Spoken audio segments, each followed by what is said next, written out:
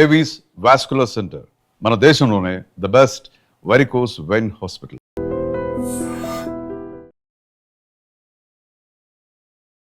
ఐదు సార్లు ఎమ్మెల్యే, కానీ ఆయన 5 లక్షల ఆస్తి కాదు కదా, అప్పుల్లో ఉన్న వ్యక్తి.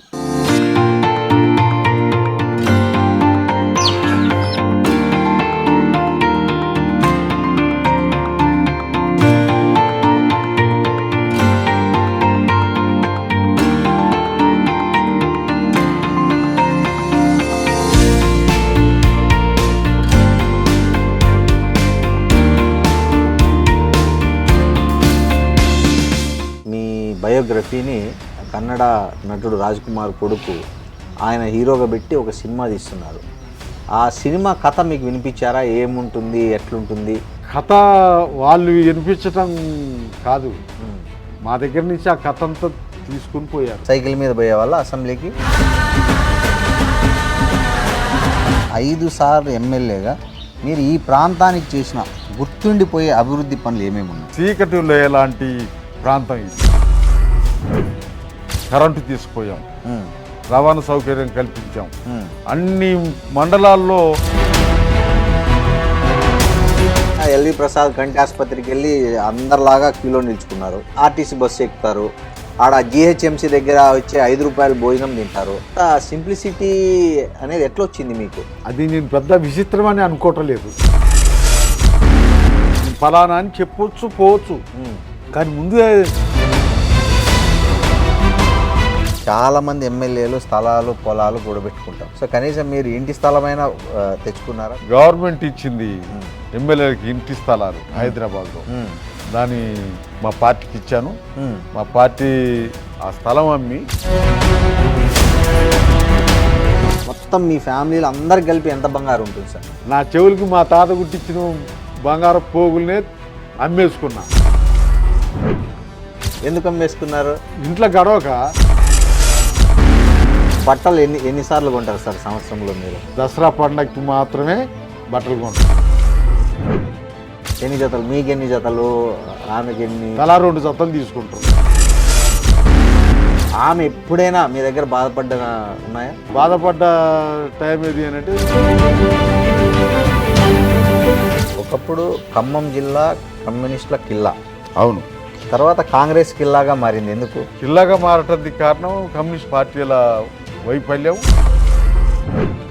ఎలాంటి వైఫల్యం అంటారు? స్వభావం మారి. కమ్యూనిస్టే కదా నారాయణ. ఆయన్ని కమ్యూనిస్ట్ అని నేను అనుకో. సినిమాలు తీసి ఏం చేస్తాడు అని అనుకుంటే ఆ కమ్యూనిజాన్ని అబాస్పాలు చేస్తాను. నేను నిన్న చూసిన ఎర్ర సైన్యం సినిమాలో ఈ కార్ ఏదైతే ఉందో మహీంద్రా XUV మీ కూతురు ఎవరైతే ప్రొఫెసర్ ఉన్నారో ఆమె తీసి ఇచ్చారు. అప్పు చేసి బండి కొనిస్తే ఇప్పుడు నేను అప్పుల పాలవుతున్నా. ఏం చెప్దామని వెళ్ళారు ఆ రోజు రేవంత్ రెడ్డి దగ్గరికి? Hello, welcome to open talk with Roddam Srinivas. ఇవాళ మనం చాలా చాలా చాలా స్పెషల్ గెస్ట్తో మాట్లాడబోతున్నాం. ఆయన ఎవరో కాదు, జనం మనిషి, జనం కోసమే బతికిన మనిషి. అర్థమవుతుందా? నేను క్లూ ఇస్తున్నా. 5 సార్లు ఎమ్మెల్యే, కానీ ఆయన 5 లక్షల ఆస్తి కాదు కదా, అప్పుల్లో ఉన్న వ్యక్తి.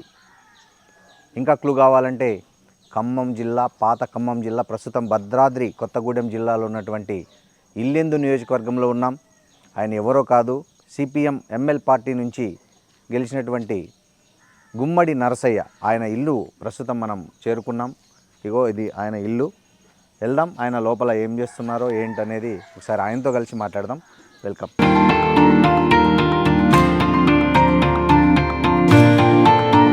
సార్ నమస్తే, ఐ డ్రీమ్ నుంచి. Thank you. అదే మిమ్మల్ని ఇట్లా లైవ్లీగా చూద్దామని వచ్చాం సార్. నమస్తే సార్, నా పేరు శ్రీనివాస్, రొద్దం శ్రీనివాస్, సీనియర్ జర్నలిస్ట్ని.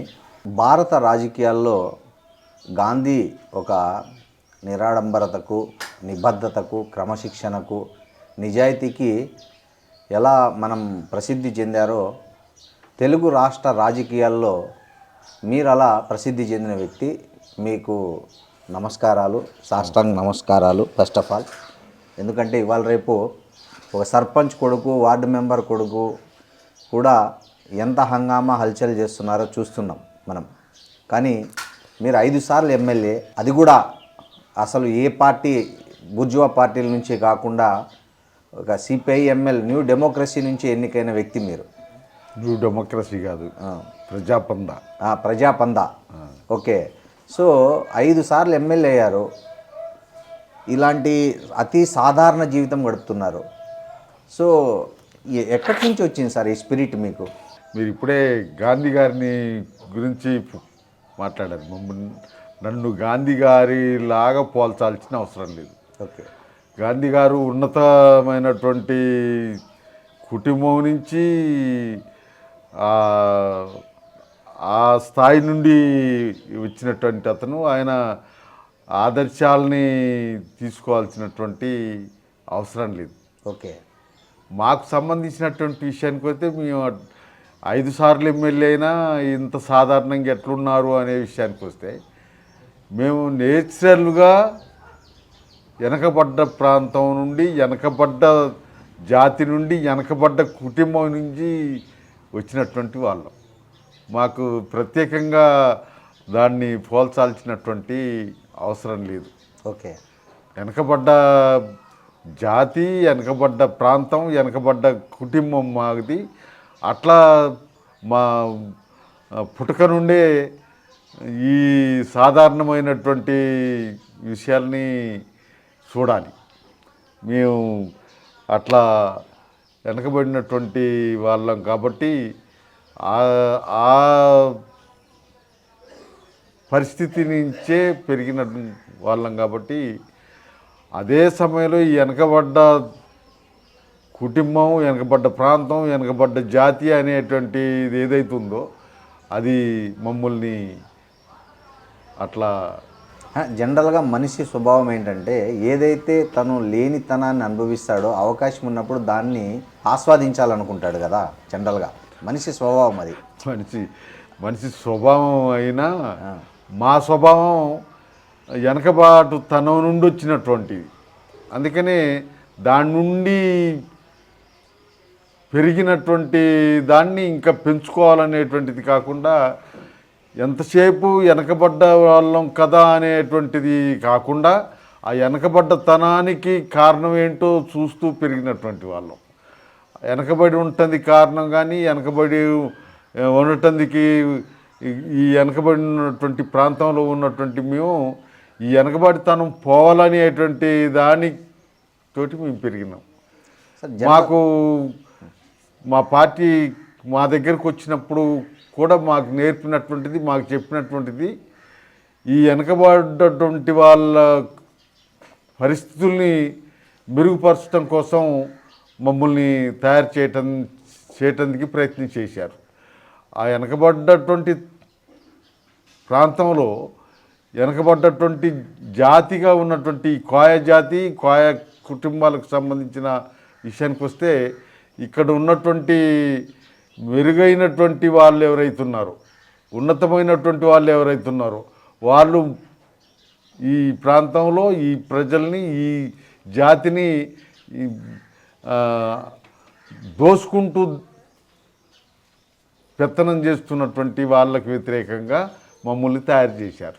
సార్, జనరల్గా మీరు ఇంత కరుడుగట్టిన మానవతావాది, మీ ఫ్యామిలీ బ్యాక్గ్రౌండ్ ఏంది? అసలు మీలో ఇట్లాంటి ఒక ఆదర్శవంతమైన భావాలను ఎక్కడి నుంచి మీరు స్ఫూర్తి పొందారు? అంటే తల్లిదండ్రుల నుంచా, గురువుల నుంచా, సమాజం నుంచా, లేదా పార్టీ నుంచా, సిద్ధాంతాల నుంచా?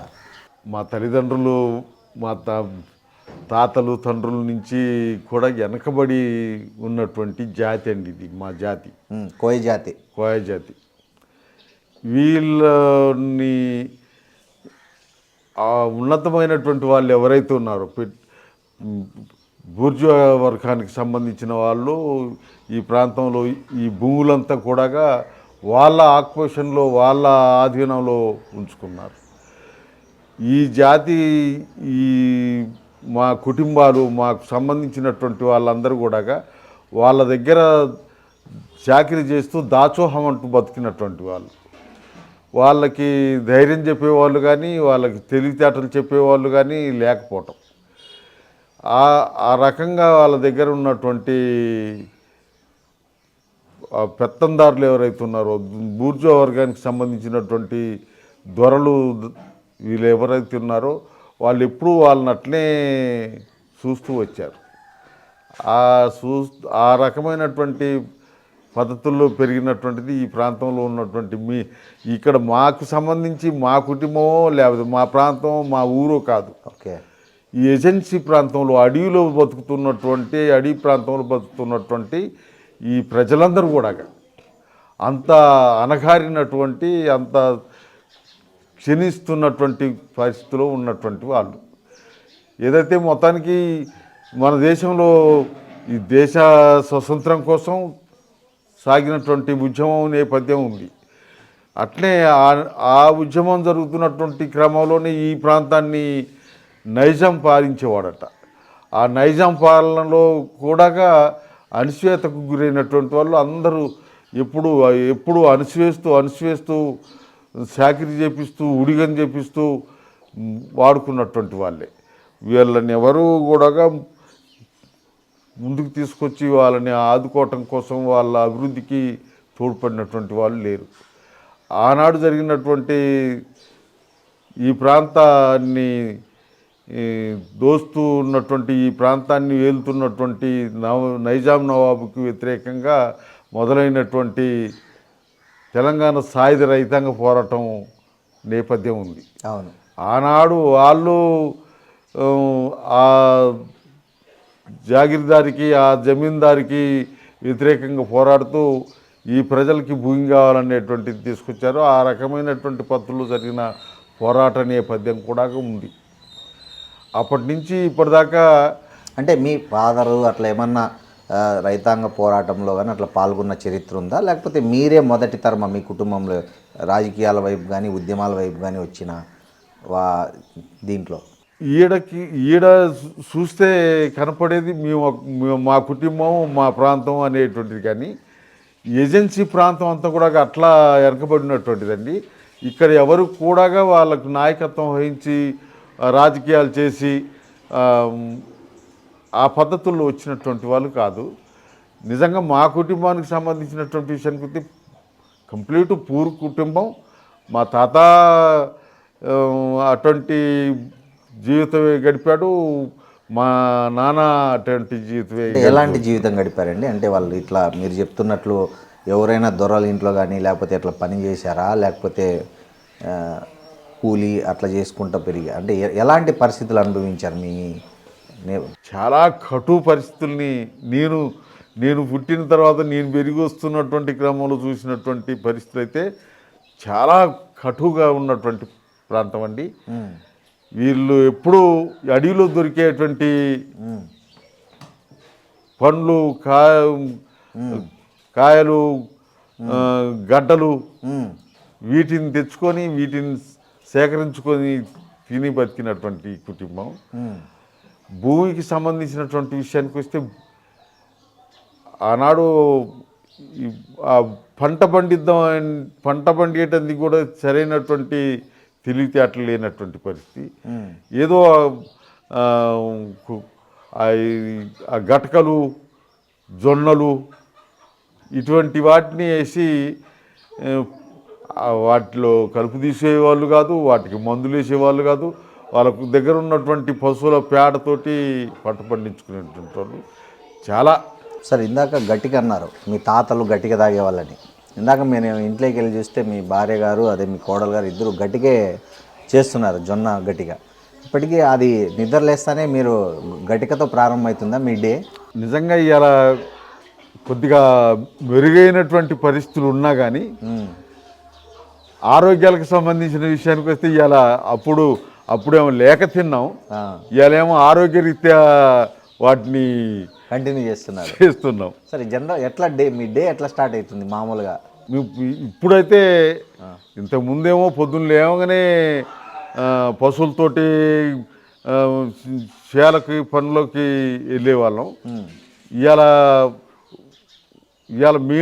నాకు సంబంధించిన విషయానికి వస్తే పొద్దున్న లేవగానే తయారు కావాలి, ప్రజా కార్యక్రమాల్లోకి వెళ్ళాలి.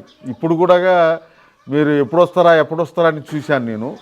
మీరు ఇంత పెందలకాడు వస్తారనుకోలేదు. నేను వెంటనే ఇప్పుడు లేవగానే తయారయ్యి కలెక్టర్ దగ్గరికి వెళ్ళాల్సిన పని ఉంది.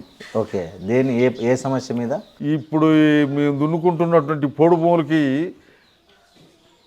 అంతకు ముందు నుంచి ఉన్నటువంటి వాళ్ళేమో ఎటువంటి ప్రయత్నం చేయలేము. నేను ఎమ్మెల్యేగా 83 ఎన్టీ రామారావు గవర్నమెంట్లో ఎమ్మెల్యేగా గెలిచాను. ఎన్టీ రామారావు దగ్గరికి వెళ్ళినప్పుడు కూడా ఇది సెంట్రల్ గవర్నమెంట్ వ్యవహారం, సెంట్రల్ గవర్నమెంట్ చూడాల్సింది, సెంట్రల్ గవర్నమెంట్ చేయాల్సింది, ఇది రాష్ట్ర గవర్నమెంట్ చేసేది కాదు, మనం ఏం చేయలేం కదా అని చెప్పి ఆయన మేము ఇచ్చినటువంటి రిప్రజెంటేషన్ని మా తరఫున ఆయన ముఖ్యమంత్రిగా సెంట్రల్ గవర్నమెంట్కి రాయటం జరిగింది. ఇందిరాగాంధీకి అప్పుడున్నటువంటి గవర్నమెంట్కి రాయటం జరిగింది. అట్లా ఈ 2004లో వచ్చినటువంటి ఈ ఇక్కడ కాంగ్రెస్ గవర్నమెంటు, రాజశేఖర రెడ్డి గవర్నమెంటు, వీళ్ళు ఇక్కడ కాంగ్రెస్ గవర్నమెంటు, సెంట్రల్లో కాంగ్రెస్ గవర్నమెంట్ ఉండి ఏదైతే మొత్తానికి ఒక చట్టం తీసుకొచ్చారు, ఆదివాసులకి అటవీ హక్కుల చట్టం అని. ఆ చట్టం ప్రకారంగా ఇప్పుడు కొంతమందికి ఇచ్చారు, ఇంకా కొంతమందికి ఇవ్వాలి, ఇంక ఇవ్వాల్సినటువంటి అవసరం ఉంది. ఆ చట్టం పరిధిలో కూడా పట్టాలు ఇచ్చి పట్టాలు ఉంటే కూడా ఇంకా ఫారెస్టు వాళ్ళు, పోలీసు వాళ్ళు ఆ భూములు దున్నకుండా చేయటం, వేసిన పంటల్ని ధ్వంసం చేయటం, ఇప్పుడు చేతికి వచ్చినటువంటి పంటను తీసుకోకుండా అడ్డం తగలటం, అడ్డం పోయినటువంటి వాళ్ళ మీద ఈ పోలీస్ డిపార్ట్మెంటు సహకారం తీసుకొని కేసులు పెట్టడం, అరెస్టులు చేయటం జరుగుతుంది. ఆ మధ్య ఒక ఫారెస్ట్ ఆఫీసర్ను కూడా కొట్టి చంపేసినట్లున్నారు కదా సార్, ఇట్లాంటి పోడు భూములు వ్యవహారంలోనే ఇక్కడేనా? ఇప్పుడు అక్కడక్కడ ఇప్పుడు ఈ కొత్తగూడెం జిల్లాలోనే చండ్రుగొండ మండలంలో జరిగింది ఆ ఘటన. అటువంటి ఘటనలో ఇటు ఆదిలాబాదు, కరీంనగర్కి వెళ్ళి కూడా 2 ఘటనలు జరిగినట్టున్నాయి. ఏదైతే వాళ్ళు అడ్డం పోవటం, వాళ్ళు ఫారెస్టు వాళ్ళు హరాశకంగా చేయటం ఇవన్నీ జరుగుతున్నాయి. అటువంటి ఘటనలు జరుగుతున్నటువంటి క్రమంలో ఇక్కడ పంటలు వేసిన పంటల్ని ధ్వంసం చేస్తున్నారు. చేతికి వచ్చిన పంట తీసుకోవటానికి పోతే అరెస్టులు చేస్తున్నారు, కేసులు పెడుతున్నారు. ఇటువంటివి ఎన్ని ఉన్నాయి. ఇలా అదే విషయం మీద కలెక్టర్ గారిని రిప్రజెంట్ చేయడానికి పోదామని ఉన్నాము. మీరు వచ్చారు. ఇప్పుడు మీ ఈ కార్యక్రమం మీ పని అయిపోగానే అటు వెళ్ళాలి. ఇప్పుడు మీకు ఏ వయసులో ఈ సిద్ధాంతాల పట్ల ఆకర్షితులయ్యారు, ఈ భావాల పట్ల ఆకర్షితులయ్యారు, ఎలా ఎవాల్యూట్ అయ్యారు, అంటే ఎలా పరిణామం చెందారు దాన్ని గ్రాడ్యువల్గా? ఇప్పుడు నేను ఇందాక చెప్తున్నట్టు ఈ తెలంగాణ సాయుధ రైతాంగ పోరాటం అనేది జరిగి కొంత ఇక్కడ ఉన్నటువంటి భూస్వాములు వీళ్ళందరూ కూడా పట్టణాలు పట్టడం జరిగింది. ఆ తర్వాత 1947లో దేశానికి స్వతంత్రం వచ్చింది అనేటువంటిది జరిగిన తర్వాత ఈ సాయుధ రైతాంగ పోరాటం విరమింపబడింది. ఆ తర్వాత పరిణామాలు ఏంటి అని దానికి వస్తే ఎక్కడేసిన కొంగడ అక్కడ లాగానే పేదోళ్ళ దగ్గర భూమి లేదు, పేదోళ్ళకి వాళ్ళు చేసే పనికి సరైనటువంటి వేతనం లేదు, ఆ ప్రాంతంలో అభివృద్ధి అనేటువంటిది లేదు. ఇది అభివృద్ధి జరగాలంటే మళ్ళా నక్సల్బరీ పోరాటం మొదలైంది. ఆ నక్సల్బరీ పోరాటం నక్సల్బరీ నుండి మొదలుకొని శ్రీకాకుళం ఈ ప్రాంతం గోదావరి పరివాహక ప్రాంతం అంతా కూడా వెనకబడినటువంటి టైంలో ఇక్కడ ఆ సాయుధ రైతాంగ పోరాటంలో పనిచేసినటువంటి వాళ్ళు ఎవరైతున్నారో వాళ్ళు ఇక్కడ విప్లవం పూర్తి కాకుండా ఈ ప్రజలకి న్యాయం జరగదు అనే పద్ధతిలో బయలుదేరారు. వాళ్ళు ఈ ప్రాంతంలో, ఈ ఏజెన్సీ ప్రాంతంలో, అడవి ప్రాంతంలో, ఈ మన తెలంగాణ ఆంధ్ర రాష్ట్రమే కాకుండా దేశవ్యాప్తంగా ఉన్నటువంటి పరిస్థితుల్ని దృష్టిలో పెట్టుకొని వాళ్ళు వచ్చి రావటం జరిగింది. ఈ ప్రాంతానికి మా ప్రజల దగ్గరికి ఈ ప్రాంతంలో ఉన్నటువంటి సండ్ర పుల్లారెడ్డి, మాదాల నారాయణ స్వామి, దేవులపల్లి వెంకటేశ్వరరావు, కొల్ల వెంకయ్య, శార్ మజుందారు నాయకత్వంలో వీళ్ళు ఇక్కడ తయారయ్యారు. అయితే మళ్ళా శార్ మజుందారుని వదిలేసి శార్ మజుందారు ఆలోచన ఏదైతుందో షేర్ మజుందార్ పద్ధతి ఏదైతుందో కొద్దిగా ప్రమాదకరంగా ఉందని చెప్పి ఆయనకు దూరం అవుతూ ఈ ప్రాంతంలో ఉన్నటువంటి ప్రజల దగ్గరికి వచ్చి ఇది చేశారు. అప్పటికి ఈ ఎన్నికల ద్వారా కాదు, ఈ ఓట్ల ద్వారా కాదు, గన్ను ద్వారాగానే అనే నినాదంతో బయలుదేరినటువంటి వాళ్ళు దాన్ని 78 నాటికి దాన్ని మార్చుకొని ఎన్నికల్లోకి వచ్చారు, ఎన్నికల్లో పాల్గొన్నారు. మీకంటే ఏ వయసులో ఫస్ట్ తెలిసింది ఈ నాకు ఉద్యమం? నాకు 78లో ఓటు హక్కు వచ్చిందండి. ఈ పార్టీ 78లో ఎన్నికలకు వచ్చి ఈ ఇల్లెందు కాన్స్టిట్యున్సీలో అభ్యర్థిని నిలబెట్టి ఇది చేశారు. నేను ఫస్ట్ నాకు ఎన్నికల్లో ఓటు హక్కు రావటం కానీ ఓటు వేయటం కానీ ఈ 78లో ఈ పార్టీకే ఓటేశాను. అప్పుడు శాపలెర్రయ్య అనేటువంటి వ్యక్తి ఈ పార్టీ అభ్యర్థిగా ఉండి గెలిచాడు. ఆయన గెలిచిన తర్వాత 80 టైంలో ఆయన ఈ పార్టీ విధానాలకి విరుద్ధంగా ఈ పార్టీకి దూరం అయ్యాడు. ఆయన్ని ఈ పార్టీ నుంచి ఆయన అనుచరుడుగా ఉండేవాళ్ళ అప్పుడు మేము చిన్నోళ్ళం, మాకు ఇంకా ఈ రాజకీయాలకు సంబంధించిన అంశాలు లేవు. ఆ ఎన్నికలు అయిన తర్వాత మేము ఆ పార్టీ ఆర్గనైజేషన్ ఈ ప్రాంతానికి రావటం జరిగింది. ఆ పార్టీ ఆర్గనైజేషన్లో ఉన్నటువంటి కార్యకర్తలు మా దగ్గరికి వచ్చి ఈ కూలి రేట్లు పెంచడంలో కానీ, మాకు అప్పుడు ఎంత కూలి ఉండేది అని అంటే 2 రూపాయలు 3 రూపాయలు కూలి, పొద్దుదాకా పనిచేస్తే 2 రూపాయలు 1980లో 80 ఆ ప్రాంతంలో అట్లా వాళ్ళ కూలి రేట్లు పెంచుకునే వాళ్ళం. తునికాకు ఎండాకాలం వస్తే తునికాకు మాకు రెండో పంట లాంటిది. ఆ తునికాకు కోస్తే తునికాకు రేట్ కట్ట, పెద్ద కట్ట, ఇంతలావు కట్ట కడితే అందులో 200 150 ఆకులు ఉండే కట్ట, దాన్ని 2 పైసలు 3 పైసల రేటుతోటి ఉండేది నాకు తెలిసి. నేను సరే, మొదటిసారి మీరు 83లో అభ్యర్థి కదా, మీ ఎంపిక ఎలా జరిగింది? మీరు ఊహించారా అప్పుడు మిమ్మల్ని ఎమ్మెల్యేగా ఎంపిక చేస్తారని? అలా ఎవరు చేశారు మిమ్మల్ని ఎమ్మెల్యేగా నిలబడం? అట్లా బతుకుతున్నటువంటి క్రమంలో ఈ ప్రాంతానికి ఆ పార్టీ ఆర్గనైజేషన్, ఆ పార్టీ కార్యకర్తలు వచ్చి మమ్మల్ని అందరినీ ఆ పద్ధతిలో ఇది చేసేవాళ్ళు, వాళ్ళతోటి తిరిగేవాళ్ళం. అప్పుడు 78 ఎన్నికల్లో ఎమ్మెల్యేని గెలిపించుకుంటే ఆ ఎమ్మెల్యే పనికి రాకుండా అయితే ఆయన్ని పక్కకు పెట్టేసి మళ్ళా ఏం చేశాడు అంటే మీ పార్టీ విధానాలకు వ్యతిరేకంగా ఇలా అసెంబ్లీ జరుగుతుంది. అసెంబ్లీలో ఈ రాజ్యసభకు ఎన్నుకునే వాళ్ళని, ఈ ఎమ్మెల్సీలుగా ఎన్నుకునే వాళ్ళని వీళ్ళకి ఓట్లు వేయాలి ఎమ్మెల్యేలు. అవును.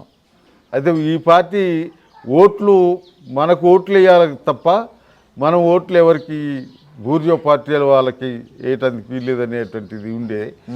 వీళ్ళు పార్టీ చెప్పిన మాట కాకుండా, పార్టీ చెప్పిన ఆలోచన కాకుండా ఆయన అప్పుడు అక్కడ ఉన్నటువంటి వాళ్ళ ఆ ఎమ్మెల్యేలు, అక్కడ ఉన్నటువంటి ఎమ్మెల్యేలతోటి ఆయన పోయి ఆ ఓట్లు వేయటం జరిగింది. ఎవరికి వేసాడు అప్పుడు? ఎవరు రాజ్యసభకు నిలబెట్టారు? ఎవరు అప్పుడు ఎవరికో వేసాడు ఓటు, దాన్ని తప్పని చెప్పాము. అట్లనే తను ఇక్కడ కాన్స్టిట్యున్సీకి వచ్చినప్పుడు ప్రజలకు సంబంధించిన విషయాల్లో కూడా ఆయన ఆ పనిలో కాకుండా కొద్దిగా విరుద్ధమైనటువంటి పత్రం ఉండటం వల్ల ఆయన్ని పార్టీ నుంచి పదవి నుంచి ఎలగొట్టారు. అయితే ఆ పదవి వీళ్ళు ఎలగొడితే పోయి పదవి కాదు కదా, మళ్ళా రాజీనామా చేయాలా, ఇవన్నీ కథలు ఉంటాయి. ఆయన పోయి ఆ కాంగ్రెస్ పార్టీ ఎమ్మెల్యేలతోటి కలిసి ఈ పార్టీ దగ్గర రాకుండా ఉండే, ఏదైతే మొత్తానికి 83 దాకా ఆయన ఎమ్మెల్యేగా కంటిన్యూ అయ్యాడు. ఈ మళ్ళా 81లో పంచాయతీ ఎన్నికలు వచ్చినాయి. పంచాయతీ ఎన్నికల్లో ఈ ప్రాంతం నుంచి సర్పంచ్ అభ్యర్థుల్ని నిలబెట్టడం, గెలిపించడం. అప్పుడు కూడా ఈ పార్టీ సిపిఐఎంఎల్ ప్రజాపంద పార్టీ వాళ్ళని నిలబెట్టింది. ఈ ప్రాంతంలో ఏజెన్సీ ప్రాంతంలో ఉన్నటువంటి అందరినీ గెలిపించుకుంది. ఈడ ఈ పంచాయతీని ఉసిరికాయలపల్లి పంచాయతీ. ఈ ఉసిరికాయలపల్లి పంచాయతీకి ఇక్కడి నుంచి మొదలుకొని మా ఊరు దగ్గర నుంచి మొదలుకొని సీతారాంపురం, భాగ్యనగర్ తండా, పోలంపల్లి ఇవన్నీ కూడా ఒక పంచాయతీ అనమాట. అట్లా ఏడు నుంచి సర్పంచ్ అభ్యర్థిగా నన్ను నిలబెట్టారు. ఎన్ని ఓట్ల మెజార్టీతో గెలిచారు అప్పుడు? అప్పుడు ఈ ప్రాంతంలో ఉన్నటువంటి మా తొడుదొరుగూడెం, ఈ తండాలు, ఈ ఊరు అన్నీ కలిపి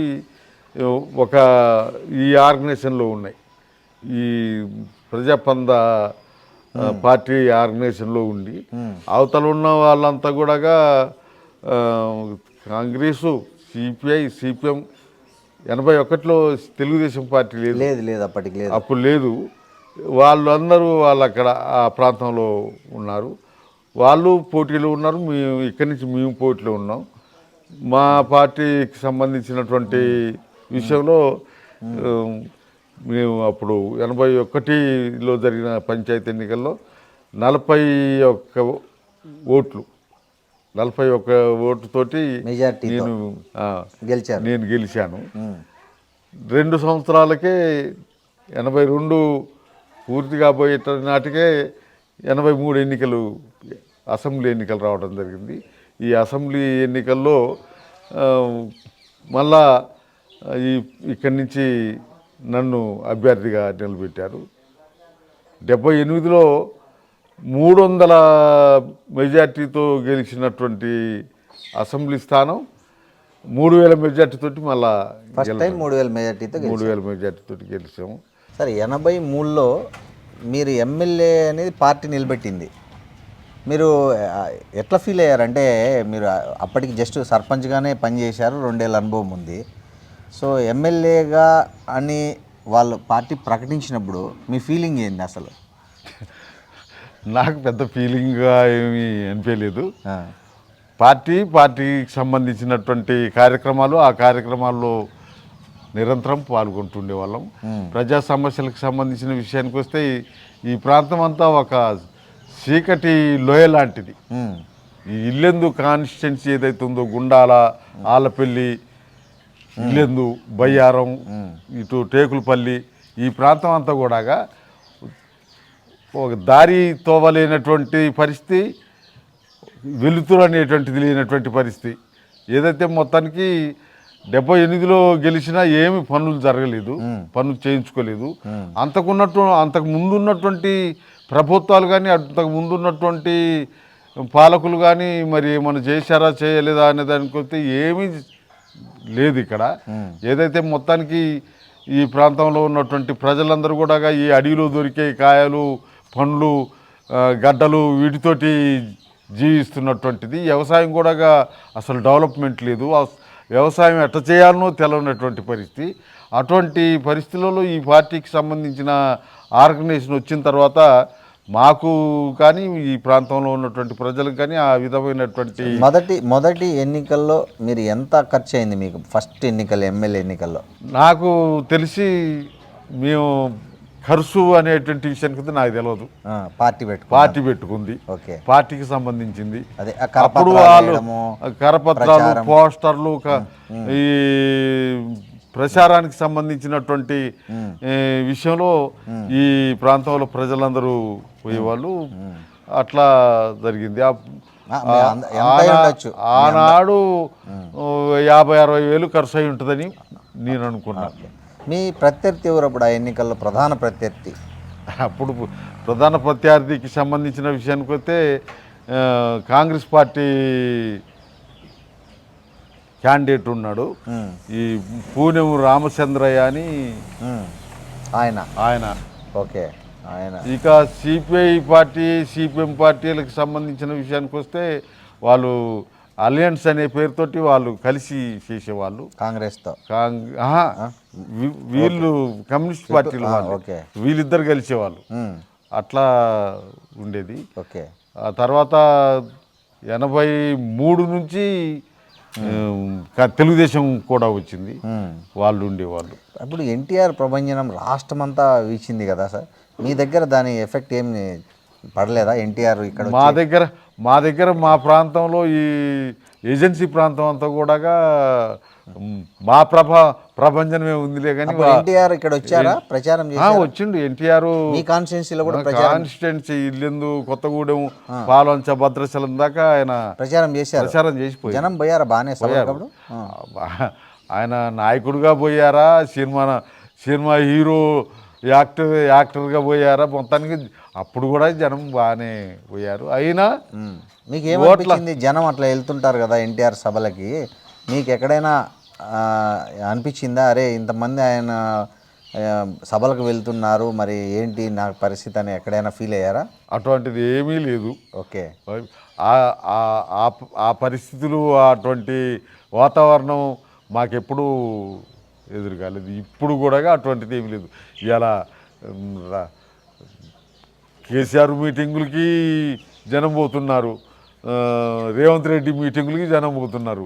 వాళ్ళకి బీజేపీ వాళ్ళకి కూడా జనం పోతున్నారు. ఏం లేదు, జనం పోవడం వేరు, ఓటేయడం వేరు. సార్ ఫస్ట్ టైం మీరు అసెంబ్లీకి వెళ్ళారు కదా, ఎన్టీఆర్ అప్పుడు సీఎం, మీ బాగా గుర్తున్న సంఘటన ఏంది? ఫస్ట్ టర్మ్లో మీరు ఎమ్మెల్యేగా ఎన్టీఆర్తో ఎప్పుడైనా ఇంటరాక్ట్ అయ్యారా? ఇంటరాక్ట్ అయినప్పుడు ఆయన ఎలా స్పందించారు మీ ఏదైనా విషయంలో? ఈ ప్రాంతంలో ఉన్నటువంటి అభివృద్ధికి సంబంధించిన విషయంలో రిప్రజెంట్ చేయటానికి పోయేవాళ్ళం. అట్లే ఈ పోడుమూలకి పట్టాలు కావాలనేటువంటి విషయంలో ఆయన్ని గెలవటానికి మా పార్టీగా మా నాయకత్వం పోయింది. అప్పుడు ఆయన దగ్గరికి వెళ్ళినప్పుడు హైదరాబాద్లో పెద్ద ప్రోగ్రాం పెట్టాం. ఒక 20,000 మందితోటి ఊరేగింపు. ఇక్కడి నుంచి తూర్పుగోదావరి, పశ్చిమ గోదావరి, ఖమ్మం, వరంగల్, కరీంనగర్, ఆదిలాబాదు ఈ ప్రాంతాల నుంచి సేకరించినటువంటి పోడు భూముల పట్టాక దరఖాస్తులు ఒక చిన్న లారీలో దరఖాస్తులన్నీ లారీకి వేసుకుని పోయాం. అవన్నీ తీసుకొచ్చి అక్కడ ఇప్పుడు పాత సెక్రటేరియట్ ఉండే, అందులో ఎన్టీ రామారావు నుండి టైం తీసుకుపోతే ఇవన్నీ సెక్రటేరియట్ తీసుకెళ్ళాము. ఈ కాగితాలన్నీ మళ్ళీ ఇప్పుడు ఆడికి పోయిన తర్వాత తలాయిని పట్టుకున్నాంలే. మా నాయకత్వం, ఇప్పుడు డెలిగేషన్కి పోవాల్సిన నాయకత్వం తలాయిని పట్టుకొని పోయాం. ఆయన ఛాంబర్లో పెట్టినాము. ఇవన్నీ నేనేడ చూస్తా, నేనేం చేస్తా, ఇది నాకు సంబంధించింది కాదు కదా, సెంట్రల్ గవర్నమెంట్ చేయాల్సింది, ఫారెస్టు సెంట్రల్ గవర్నమెంట్ది, మేము చేసేది కదా, కాకపోతే మీ తరఫున నేను ఒక దరఖాస్తు పంపిస్తాను అని చెప్పినటువంటిది ఉంది. అట్లే ఆయన దగ్గరికి టైం తీసుకోవటానికి పోవాలంటే అక్కడ ఉన్నటువంటి అధికారులతోటి మాట్లాడి టైం తీసుకునే వాళ్ళం. ఆయన దగ్గరికి ఒకసారి మా నాయకత్వం ఈ సమస్యల మీద, ప్రజా సమస్యల మీద రిప్రజెంట్ చేయడానికి వెళ్ళటం జరిగింది. మాదాల నారాయణ స్వామి, అప్పుడు మా పార్టీ ఇప్పుడు చీలిపోయి 3-4 గ్రూపులకు ఉంది, కానీ అప్పుడు ఒక పార్టీగానే ఉన్నాం. ఆనాడు వేములపల్లి వెంకటరామయ్య గారు, మాదాల నారాయణ స్వామి, ఈ పెద్ద మనుషులతోటి నేను ఆయన ఇంటికి వెళ్ళాను. అప్పటికే ఆయన మాకు ఇచ్చింది 6 గంటలకి టైం, పొద్దున. మేము పోయేటప్పటికే ఆయన ఇల్లంతా నిండిపోయి ఉన్నారు. ఆయనకు సంబంధించినటువంటి విషయం ఏంటి అంటే మళ్ళీ 6 గంటలకి మా అందరినీ కలిసి మళ్ళీ బయటికి వెళ్తాడనమాట. ఆయన టైం అట్టుండేది. మేము పోయేటప్పటికే చాలామంది ఉన్నారు. ఏదైతే మొత్తానికి ఆయన తయారయ్యి బయటకు వచ్చి కలబోయేటప్పటికి మా దగ్గరికి వచ్చేటప్పటికి గంట టైం పట్టింది. అందరూ ఆయన వస్తుంటే అందరు లేచి కాళ్ళు మొక్కటానికి పోతున్నారు. అదంతా జరిగిందనమాట. మేము అటువంటి ఏమీ లేకుండా నిలబడినాము. మా దగ్గరికి వచ్చిండు, మేము రిప్రజెంట్ చేయటం. ఏంటి అనే దానికి వస్తే అక్కడికి వచ్చినటువంటి వాళ్ళు మాతో అన్నది ఏంటంటే విష్ణుమూర్తి స్వరూపం నాకు కనపడతాడట, రాముడు కృష్ణుడు అట్లా కనపడతాడట. అది ఆయనకు ఉన్నటువంటి ఇది. ఓకే. అట్లా మీరు అసెంబ్లీలో ఎప్పుడు మాట్లాడే అవకాశం వచ్చినప్పుడు రామారావు గారు ఆయన అధికార పార్టీ నాయకుడు, సిఎల్పి నాయకుడు కదా, అప్పుడు ఏమైనా ఇంటరాక్షన్ జరిగేదా మీకు ఆయనకి మధ్య ఏదైనా ఇష్యూస్లో? ఇప్పుడు నేను ఆయన ఛాంబర్లో ఉన్నప్పుడు పోయి కలిసేవాడిని. ఎట్లా లేదు అసెంబ్లీలో ఉన్నప్పుడు కూడా నేను లెటర్ పట్టుకొని పోయి ఇచ్చేవాడిని. ఏం లేదు, మనం మొత్తానికి పెద్ద ఇదిగా ఏమీ అనిపించలేదు నాకు. దరఖాస్తు తీసుకుపోయి ఇచ్చి ఆ దరఖాస్తు నేపథ్యం దానికి సంబంధించిన విషయాలన్నీ మాట్లాడేవాడిని. సవ్యంగా వినేవాడు, దాన్ని అధికారులకు రాసేవాడు. జరిగాయి పనులు అప్పుడు మీరు ఇచ్చిన సమస్యలు? అప్పుడు ప్రజాప్రతినిధిగా ఒక ముఖ్యమంత్రిగా ఆయన ఇచ్చినటువంటి ఒక ఆదరణ అయితే మొత్తానికి అన్ని జిల్లా కలెక్టర్ల దగ్గరికి వచ్చేటి. కలెక్టర్లు ఇక్కడ పనిచేసేవాళ్ళు. అప్పుడు 83 నుంచి కానీ 2009 దాకా కూడా ఈ జిల్లాలో ఉన్నటువంటి అధికారులు మేము అడిగేటివి కానీ మేము చేసేటువంటి కార్యక్రమాలు కానీ ఇవన్నీ కూడా జెన్యును అనేటువంటి పద్ధతిలో ఆలోచించేవాళ్ళు. ఆ విధమైనటువంటి పద్ధతిలో మేము గవర్నమెంట్కి లెటర్లు పెట్టేవాళ్ళం. మేము ఇచ్చినటువంటి లెటర్లని మళ్ళీ గవర్నమెంట్కి అట్లా పంపించేవాళ్ళు. ఆ రకంగా అప్పటి నుంచి మొదలుకొని ఇప్పటిదాకా మేము చేసినటువంటి పనులు, మేము చేసినటువంటి అభివృద్ధి కార్యక్రమాలే కనపడుతున్నాయి. 83 నుంచి 2009 వరకు మీరు 5 సార్లు ఎమ్మెల్యే. ఈ 5 సార్లు ఎమ్మెల్యేగా మీరు ఈ ప్రాంతానికి చేసిన గుర్తుండిపోయే అభివృద్ధి పనులు ఏమేమి ఉన్నాయి? అసలు నేను ఇంతకు ముందు ఫస్ట్ చెప్పాను, ఒక చీకటిలో ఎలాంటి ప్రాంతం ఇది. ఇక్కడ కరెంటు లేదు, రావటానికి పోవటానికి కావాల్సిన దారులు లేవు, చదువుకోవటానికి కావాల్సిన స్కూళ్ళు లేవు. అటువంటివన్నీ కూడా ఇక్కడ మేము చేసాం. 86లో ఎన్టీ రామారావు గవర్నమెంటు మండలాలను చేసింది. ప్రజలకి అధిక పరిపాలన సౌలభ్యంగా ఉండటం కోసమని మండలాలు చేసింది. ఆ మండలాలకు సంబంధించిన విషయంలో వాటికి కావాల్సిన ఆఫీసులు, వాటికి కావాల్సిన నిధులు వీటన్నిటినీ మంజూరు చేయటం జరిగింది. అన్ని గ్రామాలకి కరెంటు తీసుకుపోయాం. అన్ని గ్రామాలకి రోడ్లు, రవాణా సౌకర్యం కల్పించాం. అన్ని మండలాల్లో స్కూళ్ళు, వాటికి కావాల్సిన సవలతులన్నీ కూడా ఏర్పాటు చేసాం. అన్ని మండలాల్లో హాస్పిటల్స్ తీసుకొచ్చాం. ఆరోగ్యానికి సంబంధించినటువంటి విషయంలో ఇవన్నీ కూడా మేము గవర్నమెంట్ని అడగటం, మంజూరు చేయటం ఇవన్నీ జరిగినాయి. ఇవాళ మేము ప్రత్యేకంగా కొత్తగా చూస్తున్నది ఏంటంటే 2014 నుండి జరిగినటువంటి ఎన్నికలు, ఆ ఎన్నికల్లో గెలిచినటువంటి వాళ్ళు ఇక్కడ ఏమైనా కొత్త పని చేశారంటే ఏమీ లేవు ఇప్పటి వరకు కూడా. ఆ పథకాలు కనపడుతున్నాయి, ఏ సంక్షేమ పథకాలు కనపడుతున్నాయి. ఆ సంక్షేమ పథకాలతోటి వీళ్ళు పరిపాలన కొనసాగిస్తున్నారు. అట్లా కాకుండా సంక్షేమం మీద ఆధారపడి అంతే. ఇప్పుడు కొత్తగా ఏమి లేవు. మేము ఇక్కడ నీటి వనరులకు సంబంధించినటువంటి కార్యక్రమాలు గవర్నమెంట్కి రిప్రజెంట్ చేసాం, వాటిని మంజూరు చేయించుకున్నాం. చెర్లు, లిఫ్ట్ ఇరిగేషన్స్, చెక్ డ్యాములు ఇవన్నీ చేసాం. ఈ ప్రాంతంలో ఉన్నటువంటి ఈ కాన్స్టిట్యున్సీ పరిధిలో ఉన్నటువంటి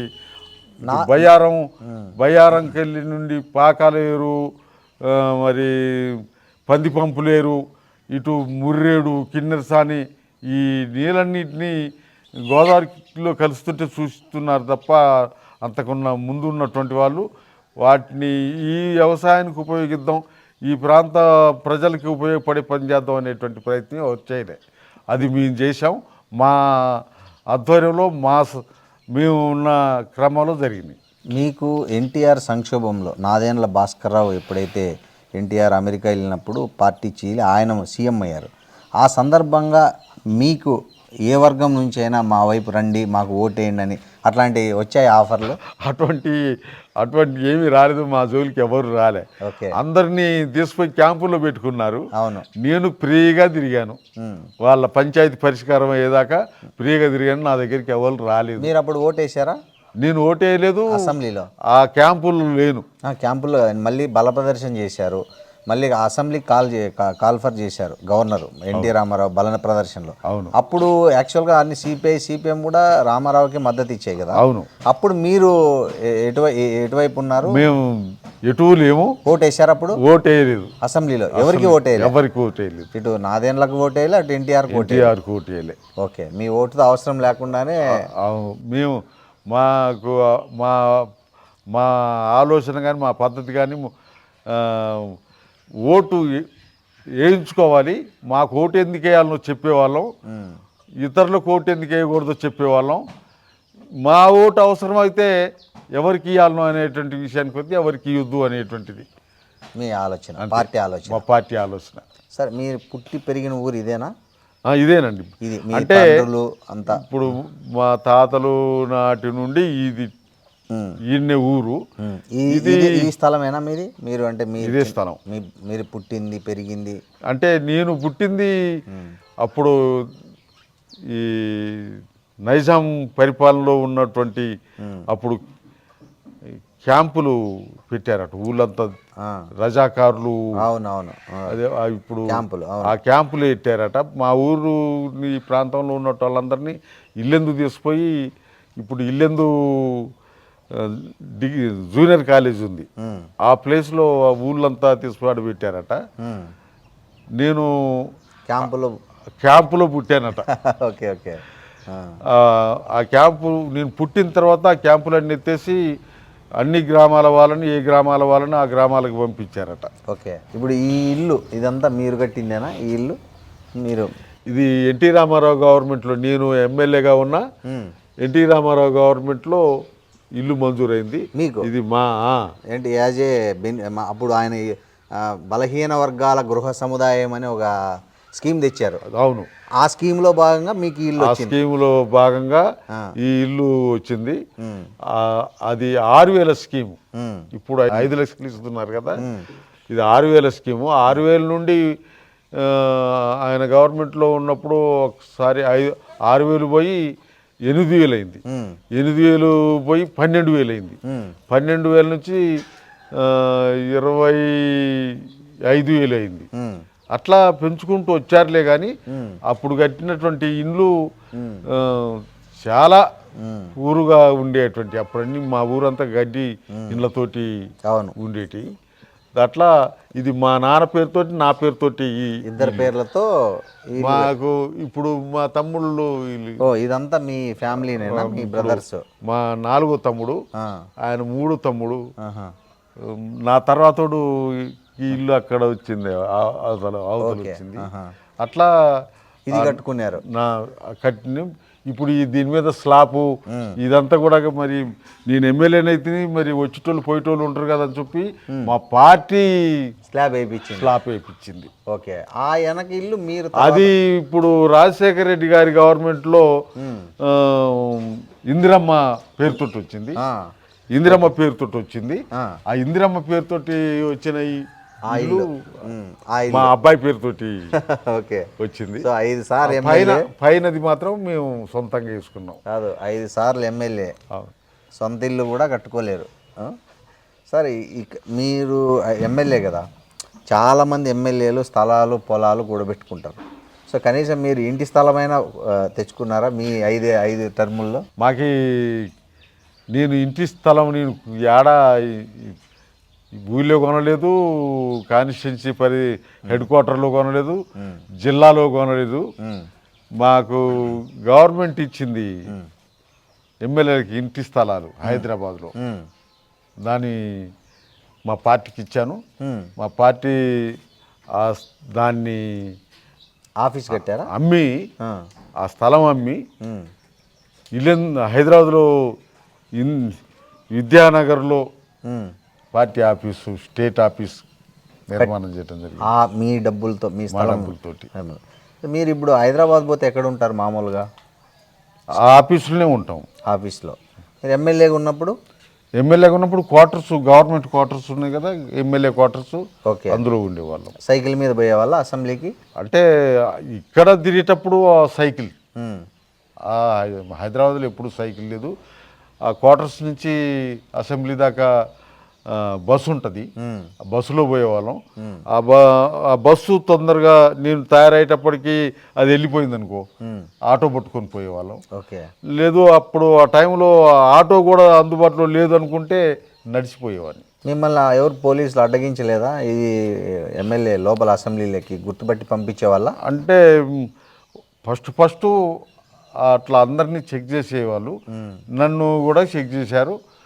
ఇప్పుడు గవర్నమెంట్ ఇచ్చిన కార్డు ఉంది కదా, అవును, ఆ కార్డు చూపించేవాళ్ళం, పోయేవాళ్ళు లోపల. పిఏలు అట్లా పెట్టుకునే వాళ్ళ మీరు? మాకు పిఏలు మా కార్యకర్తలే, మా నాయకులే. ఓకే. మేము ప్రత్యేకంగా పిఎల్ని ఏం పెట్టుకోలేదు. ఓకే. సరే, ఇప్పుడు మీరు ఇక్కడ వ్యవసాయం చేస్తున్నారా? ఇప్పుడు ప్రజెంట్ ఏం చేస్తున్నారు? 2009 తర్వాత మీరు 2 సార్లు ఇండిపెండెంట్గా పోటీ చేశారు కదా, 2018, 2023. మేము ఎన్నికల్లో పోటీ చేయటం 78 నుంచి ఇండిపెండెంట్గానే. అవును, చేస్తున్నారు. ఇండిపెండెంట్గానే, పార్టీగా. 2009లో 5 సార్లు వరుసగా గెలిచారు. 2009లో మీరు తెలుగుదేశం పార్టీ చేతిలో ఓడిపోయారు. ఆ ఓటమికి కారణాలు ఏమని మీరు విశ్లేషించుకున్నారా మీరు పార్టీ?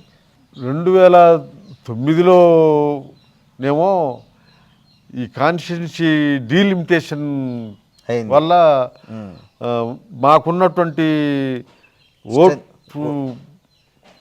చీలిపోవటం జరిగింది. వైరా కలిపారు కదా, వైరం. ఇప్పుడు ఇది సింగరేణి మండలం. అవును. ఇది కూడా ఇల్లెందులో ఉండే. దీన్ని తీసి వైరా కాన్స్టిట్యున్సీకి పెట్టారు. వైరా కాన్స్టిట్యున్సీలో ఉండాలి, నేచురల్గా ఉండాల్సింది కాంపెల్లి మండలం, ఇల్లెందుకు పెట్టారు.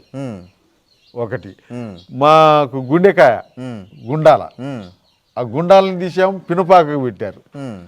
అట్లా ఇదంతా ఎట్లా జరిగిందంటారు? అంటే న్యాచురల్గా జరిగిందా, లేకపోతే ఎవరైనా కుట్ర చేసి దీన్ని చీల్చారా? దీంట్లో నేచురల్ అనడానికి ఉంది, కుట్ర, పెద్ద కుట్ర ఉంది. ఎవరు చేశారు కుట్ర? కాంగ్రెస్ పార్టీ నాయకురాలు రేణుక చౌదరి 78 నుండి మొదలుకొని 78 కన్నా ముందు ఈ కాన్స్టిట్యున్సీ కమ్యూనిస్ట్ పార్టీ ఉంది. కేఎల్ నరసింహరావు గారు ఎమ్మెల్యేగా ఉండేవాడు. అప్పుడు జనరల్ వాళ్ళు ఒక ఎమ్మెల్యే ఉండేవాడు, ఈ రిజర్వ్డ్ ఒక ఎమ్మెల్యే ఉండేవాడు, ఇద్దరు ఉండేవాళ్ళు. అవును. అప్పుడు కూడా కమ్యూనిస్ట్ పార్టీకి కంచుకోట ఇది. దీన్ని 94లో ఎన్టీ రామారావు గవర్నమెంట్ ఉన్న టైంలో అప్పుడు అందరికి వచ్చినటువంటి ఆలోచన ఏంటంటే వీళ్ళని ఎట్లా ఓడియాలా, ఓడియటానికి ఏం చేయాలని అప్పుడు అందరూ ఒకటయ్యారనమాట. 94కి సంబంధించి Telugu Desam party, Congress party, CPI, CPM, BJP వీళ్ళందరూ ఒకటయ్యి సిపిఐ అభ్యర్థిగా ఉన్నటువంటి వీకబ్బాయిని గెలిపేయడం జరిగింది. వాళ్ళందరూ కలిస్తే మమ్మల్ని ఓడేటందుకు ఒక 4000 మెజార్టీ తోటి గెలిచారు. ఓకే. ఏదైతే అప్పుడు అట్లా అయింది. ఆ తర్వాత చౌదరి ఏం కుట్ర చేశారు మీ దీనికి? ఏం లేదు, ఈ వాస్తవంగా గుండాల ఈ సింగరేణి మండలం ఇల్లెందుకు ఉండాలి, ఇల్లెందుకు కాన్స్టిట్యున్సీకి ఉండాలి.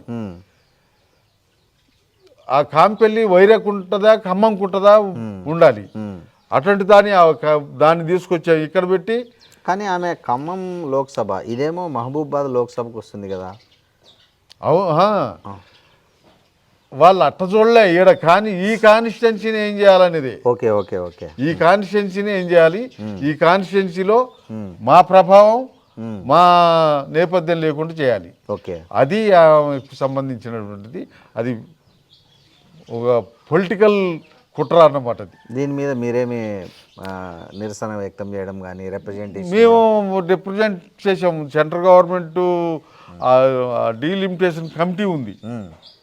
ఆ కమిటీకి కూడా ఇది ఎట్లుండాలి ఏం చేయాలని మేము ఈ కాన్స్టిట్యున్సీ వరకే కాకుండా జిల్లాలో ఈ డీలిమిటేషన్లో ఎన్ని నియోజకవర్గాలు కావాలి, ఆ నియోజకవర్గాలు ఎట్లా ఉండాలి అనేటువంటి మ్యాప్ తయారు చేసి తీసుకుపోయి ఇచ్చాం. అందరు కూడా బాగుంది బాగుంది అని అన్నారు కానీ ఇంప్లిమెంట్ చేయలేదు. అదేలే, దాన్ని అమల్లోకి తీసుకొచ్చేటప్పటికి జరిగిపోయేది ఏదో జరిగిపోయింది. ఒకప్పుడు ఖమ్మం జిల్లా కమ్యూనిస్టుల కిల్లా, అవును, తర్వాత కాంగ్రెస్ కిల్లాగా మారింది. ఎందుకు? అది కాంగ్రెస్ పార్టీ కిల్లాగా మారటానికి కారణం కమ్యూనిస్ట్ పార్టీల వైఫల్యం, కమ్యూనిస్ట్ పార్టీల వైఫల్యం అంటే ఎలాంటి వైఫల్యం అంటారు? ఒకనాడు నాయకులేమో ప్రజల భూస్వాముల దగ్గర భూములు ప్రజలకు పంచి వాళ్ళ కుటుంబాల దగ్గర ఉన్నటువంటి భూముల్ని కూడా ప్రజలకి పంచారు. భీమిరెడ్డి నరసింహారెడ్డి కానీ, మంచికంటి కిషన్ రావు కానీ, వీళ్ళందరూ ఇటువంటి వాళ్ళు కూడా అటువంటి కమ్యూనిస్ట్ సిద్ధాంతం, అటువంటి స్వభావం మారి ఇప్పుడు యాడుందా ఏముందా దాన్ని ఎట్టగా చేయాలన్నా అనే నాయకులు వచ్చారు. ఉదాహరణకు అందుకని ఇలా కమ్యూనిస్టు కోటగా ఉన్న ఖమ్మం జిల్లా కాంగ్రెస్ కోటగా మారటానికి కారణం. ప్రధానంగా తప్పు పట్టాల్సి వస్తే ఏ నాయకుడిని తప్పులు పడతారు మీరు? ఇక్కడ నాయకులు అనే విషయానికి వస్తే జనరల్గా ఈ నాయకుడు ఆ నాయకుడు అనేది కాకుండా పార్టీలోనే అటువంటి ఆలోచన రావటం, పార్టీయే ఆ రకమైనటువంటి ఇది కావటం జరిగింది. ఈ పరిస్థితుల్లో కమ్యూనిస్టుల పార్టీల ఉనికి రోజు రోజుకు భారతదేశంలోనే తగ్గిపోతుంది, ముఖ్యంగా తెలంగాణలో కాకుండా. సో భవిష్యత్తులో కమ్యూనిస్టు పార్టీలు బలపడే అవకాశం ఉందా, లేదా కొద్ది ప్రభావాన్ని కూడా కోల్పోయే అవకాశం ఉందా? మేమైతే ఇంకా ఆ నమ్మకంతో ఉన్నాం. బలపడుతుంది, వీళ్ళందరూ కూడా అలర్ట్ అవుతారు. మొత్తానికి ఈ వ్యవస్థలో ఉన్నటువంటి ఈ బూర్జో స్వభావం కలిగినటువంటి వాళ్ళందరి తీరి ఆ వాతావరణాన్ని తీసుకొస్తుంది అనేటువంటి నమ్మకంతో ఉన్నాం. దానికి అన్ని కమ్యూనిస్ట్ పార్టీలు అన్నీ కలవాలి, ఆ ప్రయత్నం జరుగుతుంది. అది జరుగుద్ది అని మేము అనుకుంటున్నాం. జరగడానికి కావాల్సినటువంటి పద్ధతిలో మేము ఆలోచిస్తున్నాం. సార్, ఈ మధ్య కాలంలో మావోయిస్టుల పైన కేంద్ర ప్రభుత్వం ఎలా కత్తి కట్టిందో చూసాం. ఎంతమంది అడవుల్లో అకాల మరణాలు చెందారో చూసాము. ఈ నేపథ్యంలో ఎవరైతే మావోయిస్టు పార్టీకి ముఖ్యంగా నాయకత్వం వహిస్తున్నారో వాళ్ళలో ప్రధానంగా మన తెలుగు రాష్ట్రాలకు సంబంధించిన వాళ్ళు మల్లోజులు కావచ్చు, ఆశన్న కావచ్చు, ఇట్లాంటి వాళ్ళు ఆయుధాలు వదిలేసి ప్రభుత్వం లొంగిపోయారు. ఈ పరిణామాన్ని మీరు ఎట్లా చూస్తారు? పార్టీగా కానీ రాజకీయంగా కానీ 83 నుండి మొదలుకొని చూస్తున్నటువంటి క్రమంలో ఈ చీలికలు పేలికలు అవుతున్నటువంటి క్రమంలో మేము ఈ ఉద్యమం ప్రజలకు ఉపయోగపడుతుంది, ప్రజలకి చైతన్యాన్ని అందిస్తుంది అనేటువంటి భావంతో పనిచేస్తూ వచ్చాము. వీళ్ళు ఇప్పుడు మావోయిస్టులు షేర్ మజుందారు నాయకత్వంలో, షేర్ మజుందారు ఆలోచనతోటి వాళ్ళు పనిచేస్తున్నటువంటి టైంలో ఇప్పుడు మావోయిస్టులు అప్పుడు పీపుల్స్ వార్, అవును, ఈ పీపుల్స్ వారుగా ఉన్నప్పుడు మేము ఎప్పుడైతే ప్రజలతోటి పనిచేయాలి, ప్రజలు ఉండాలి, ప్రజల్లో ఉండాలి అనేటువంటి ఏదైతే మేము అనుకున్నామో దాన్ని వాళ్ళు వ్యతిరేకిస్తూ వచ్చారు.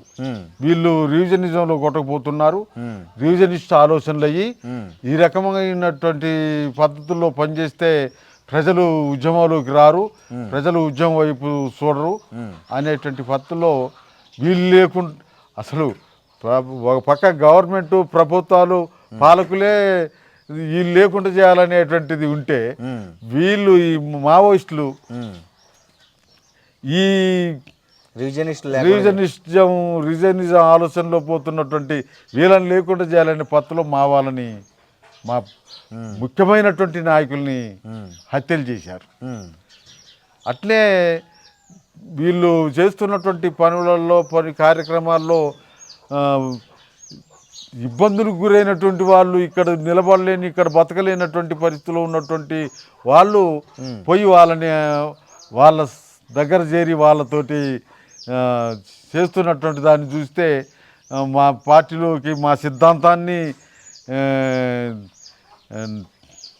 నచ్చి మా సిద్ధాంతాన్ని బలపరిచి ఆ వెలుగులో వీళ్ళు మా దగ్గరికి వస్తున్నారు, ప్రజలందరూ మా వైపు వస్తున్నారని భ్రమించినటువంటి వాళ్ళు ఇలా వాళ్ళ ఆలోచనలు అన్నీ కూడా తప్పుడు పత్తులు జరిగినాయి. ఈ హత్యలు చేయటంలో కానీ ఇలా ప్రభుత్వం బలం ఎంత, మన బలం ఎంత అనేది చూడకుండా మేము యుద్ధం చేస్తున్నాం. నేను ఈ రకంగా నేను చెప్తానంటే ఈ తెలంగాణ ప్రాంతంలోనో లేకపోతే ఈ ఛత్తీస్గఢ్ ప్రాంతంలోనో నువ్వు తుపాకు పట్టుకొని సినిమా హీరోలాగా ఫైట్ చేస్తే అది అయ్యే పని కాదు కదా, దేశవ్యాప్తంగా రావాలి కదా ఆ మార్పు. అటువంటిది ఏం చేయకుండా ఇవాళ సడన్గా దిగిపోయారు. సడన్గా దిగిపోయి చర్చలు వాళ్ళు చర్చలు పిలిచినాడేమో నీతోటి ఏంద్రమా అని అన్నారు. ఇవాళ మేము మాట్లాడేందుకు వస్తాం అంటే వాడు ఒప్పుకోలేదు, ఆ సెంట్రల్ గవర్నమెంట్ ఒప్పుకోలేదు, వాళ్ళు దిగిరాలే. వాళ్ళు ఈ 2026 మార్చి నాటికి అసలు లేకుండా చేస్తామనే నినాదంతో మొదలయ్యాడు. ఏదైతే మొత్తానికి హెవీ రిప్రెషన్ తీసుకొచ్చి దుర్మార్గమైనటువంటి పద్ధతులు చేశారు. ప్రభుత్వం వైపు నుండి అంత దుర్మార్గం సరైంది కాదు. చీకటి ఇది కర్రెగుట్టలు ఇవన్నీ కూడా మరి వాళ్ళ స్థావరాలు అంటున్నారు, మావోయిస్టుల స్థావరాలు. వాళ్ళ స్థావరాలు ఎవరి స్థావరాలు? ఆడ ప్రజలు ఉన్నారు, ప్రజలు జీవిస్తున్నారు. దాని మీద దాడి చేసి మావోయిస్టులను లేకుండా చేస్తాం, నక్సలైట్లను లేకుండా చేస్తాం అనేటువంటి మాట ఏదైతుందో తప్పుడు మాట. వాళ్ళ ప్రజల అవసరాలు ఏంటో చూడాలి కదా. ప్రజల అవసరాలు ఏంటో చూడకుండా ఆడ నక్సలైట్లు ఉన్నారు, నక్సలైట్లను నిర్మూలిస్తాం, నక్సలైట్లను లేకుండా చేస్తాం అనేటువంటి ఏదైతే తప్పు. వీళ్ళు లొంగిపోవడం కరెక్టేనా? ఆ టైంలో ఇప్పటిదాకా బీరాలు తీసినటువంటి వీళ్ళు యుద్ధం చేయటమే మా పని, మేము యుద్ధమే చేస్తాం అన్నటువంటి వాళ్ళు సడన్గా దిగిపోయి ఇలా తుపాకులతో సహా దిగిపోయి ఇది చేయటం కరెక్ట్ కాదు. నువ్వు రహస్య పార్టీ, కమ్యూనిజం అంటేనే రహస్యంగా బతకాల్సింది. ఆ కమ్యూనిజాన్ని ముందుకు తీసుకుపోవటానికి నువ్వు ఏ పద్ధతుల్లో అనుసరించాలనో దానికి తగిన పద్ధతిలో టెక్నికల్ పద్ధతులు ఇది తీసుకోవాలి. ఇలా టెక్నిజం పెరిగి నువ్వు ఏడున్నో చూస్తాడు, వాడు ఢిల్లీలో ఉండి నువ్వు ఏడుండో చూస్తాడు. అటువంటి టెక్నిజం పెరిగిన తర్వాత నువ్వు దాన్ని ఎట్లా అధిగమించాలనో లేకుండా సప్పున దిగిపోయి తుపాకులతోటి ఇదయ్యావు. ఒకవేళ తుపాకులు ఇస్తే ఇచ్చినావు కానీ నిన్ని చంపటం కోసం ప్రకటించినటువంటి ఇది ఏదైతుందో సాయం, ఒకవేళ పోలీసులే ఎన్కౌంటర్ చేస్తే ఆ 6 కోట్ల రూపాయలు పోలీసులకి ఇచ్చేటి ఇవాళ నీకు ఇచ్చారు. నువ్వు లొంగిపోయినావు కాబట్టి, నువ్వు చేతులు ఎత్తేసినావు కాబట్టి నీకు ఇచ్చారు. నువ్వు అవి తీసుకోవటం తప్పు. తీసుకోండి ఒకటి. అదే సమయంలో అందరూ వచ్చినరా లేదా అంటే ఇంకా కొంతమంది ఇంకా అక్కడ చేరి బీరాలు తీస్తూనే ఉన్నారు. వాళ్ళు బీరాలు తీయటం కరెక్ట్ కాదు, ఈయన లొంగిపోవటం కరెక్ట్ కాదు. ఏదన్నా ఉంటే ప్రజల నుండి ఆ వాతావరణాన్ని తీసుకురావాలి, ప్రజల నుండి ప్రభుత్వం మాట్లాడే వాతావరణం తీసుకురావాలి. అటువంటిది కాకుండా సప్పున ఇదో పాము నెత్తిన తెల్ల ఉసిరి పెడితే ఇదైనట్టుగా ఇదైంది. తప్పు, వాళ్ళది తప్పు. వీడు దుర్మార్గమైనటువంటి పద్ధతుల్లో ఎమర్జెన్సీ లాంటి వాతావరణాన్ని తీసుకొచ్చాడు. ఎమర్జెన్సీ నాడు ఇందిరాగాంధీ అన్నది కమ్యూనిస్టులు లేకుండా చేస్తా అని, ఇప్పుడు నేను నక్సలైట్ లేకుండా చేస్తాను అంటాడు. ఆ కలలుగా అన్నది ఆ కమ్యూనిస్టులు చెడిపోయో బాగుపడో మొత్తానికి బతికున్నారు. ఇప్పుడు కూడా ఆ పత్తులోనే నక్సలైట్లం బతికుంటుంది. వ్యవస్థలో మార్పు కావాల్సినటువంటి పద్ధతుల్లో దాన్ని ముందుకు తీసుకుపోతాం. ఓకే, ఆ నమ్మకంతో మేము పనిచేస్తున్నాం సార్. ఇంకోటి, ఈ మధ్య కాలంలో ఏదైతే ఎస్సీ వర్గీకరణ జరిగిందో, ఎస్టీల్లో కూడా వర్గీకరణ జరగాలి, ఎస్టీల్లో కూడా మెజారిటీ రిజర్వేషన్లు కొంతమంది అనుభవిస్తున్నారు, కొన్ని ఎస్టీలు అయితే వాటి దరిదాపుల్లోకి కూడా పోయే పరిస్థితి లేదు అని ఒక ఆర్గ్యుమెంట్ మొదలైంది ఈ మధ్య కాలంలో. మీ వైఖరి ఏంటి, మీ స్పందన ఏంటి దాని మీద? వాస్తవంగా మేము మా పార్టీగా మేము ఇచ్చేటువంటి సందేశం ఏంటంటే, ఇప్పుడు వాళ్ళు ఎక్కడి నుంచో వచ్చారు, ఎప్పుడో కలిపారు, కావాలని చేసిన అని ఈ ఎస్టీకి సంబంధించినటువంటి మేధావులు మాట్లాడుతున్నారు. అది నిజమే, జరిగింది. అటువంటి పరిస్థితి జరిగింది, అట్నే జరిగింది. కానీ ఇవాళ వాళ్ళని ఎల్లగొట్టి వీళ్ళకే కావాలా అన్ని హక్కులు అనేటువంటి దాని విషయానికి వస్తే అది అయ్యే పని కాదు.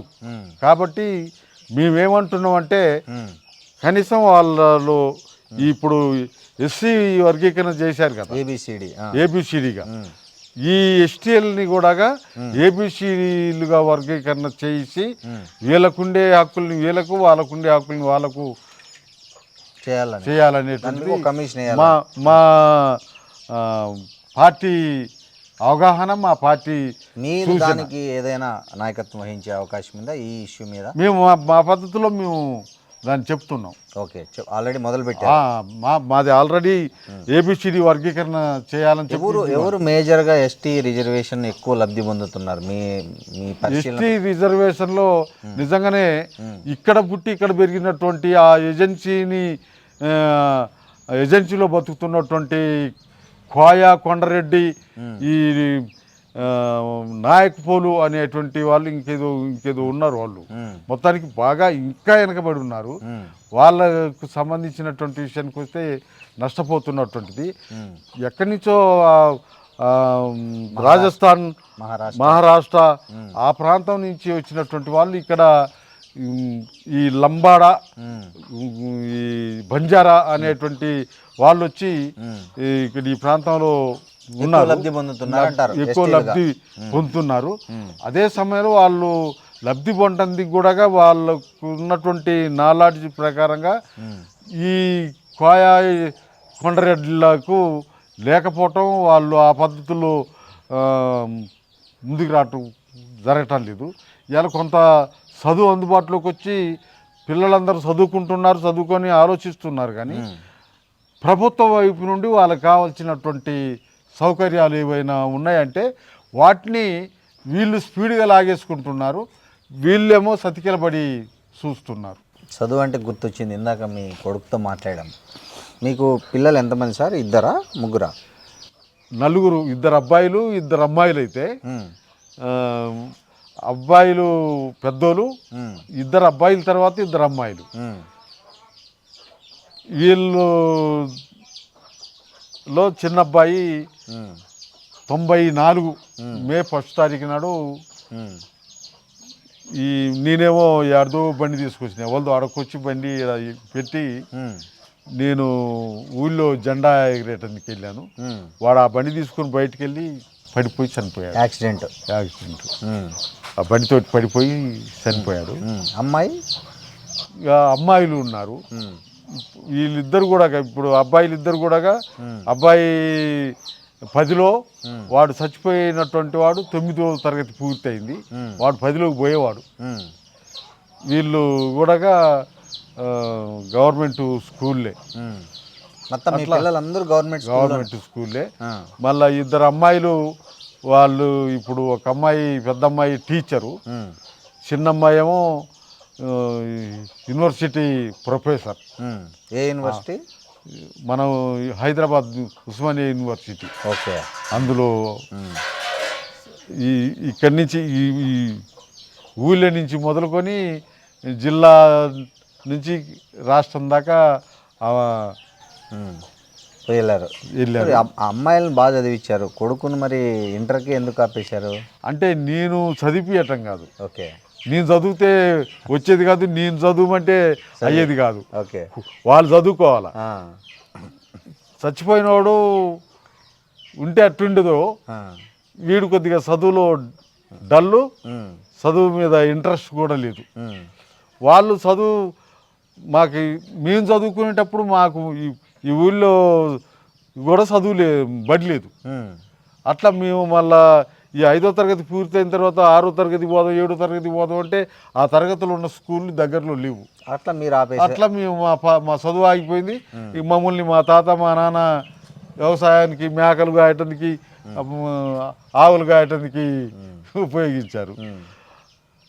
అట్లా వాళ్ళకు చదువు కొద్దిగా అందుబాటులోకి వచ్చింది. ఈ ఊళ్ళో 3వ తరగతి దాకా చదువుకున్నాక 3వ తరగతి నుండి గవర్నమెంట్ స్కూల్ వచ్చింది ఇక్కడ, సుదిమల్ల గర్ల్స్ హాస్టల్ అని వచ్చింది. అందులో పెట్టాము. అందులోనే ఇంటర్ దాకా అమ్మాయిలు ఇద్దరు బాగా చదువుకున్నారు. ఇంటర్ దాకా చదువుకున్నారు. ఇంటర్ అయిపోయిన తర్వాత డిగ్రీ కాలేజ్ కూడా మా ఆధ్వర్యంలో వచ్చింది. ఆ డిగ్రీ పూర్తి చేసింది ఇల్లుందులో. సో మీ పిల్లలు మీరు తెచ్చిన మీ హయాంలో వచ్చిన స్కూళ్ళల్లో చదువుకున్నారు, అది కూడా ప్రభుత్వ స్కూల్. అట్లా ఆడపోయి హైదరాబాద్ పోయి ఆ బ్యాచ్ అంతా ఇక్కడ ఏదో నర్సులు, ఈ హెల్త్ డిపార్ట్మెంట్లలో టీచర్లు ఇట్లా అయ్యారు. ఈమె పోయి ఆడ యూనివర్సిటీలో లా సీట్ తీసుకుంది, లా పూర్తి చేసి. మీరు గైడ్ చేశారా, అది వాళ్ళ సొంత ఆలోచన? నేను గైడ్ చేయడానికి ఏం లేదు, వాళ్ళు చదువుకోవటానికి పోతుండ్రు, చదువు అందుబాటులో ఉంది, వాళ్ళు దాన్ని వినియోగించుకున్నారు. పోయి లా తీసుకోవాలా లేకపోతే ఇట్లా తీసుకో అట్లేం లేదు, అటువంటిదే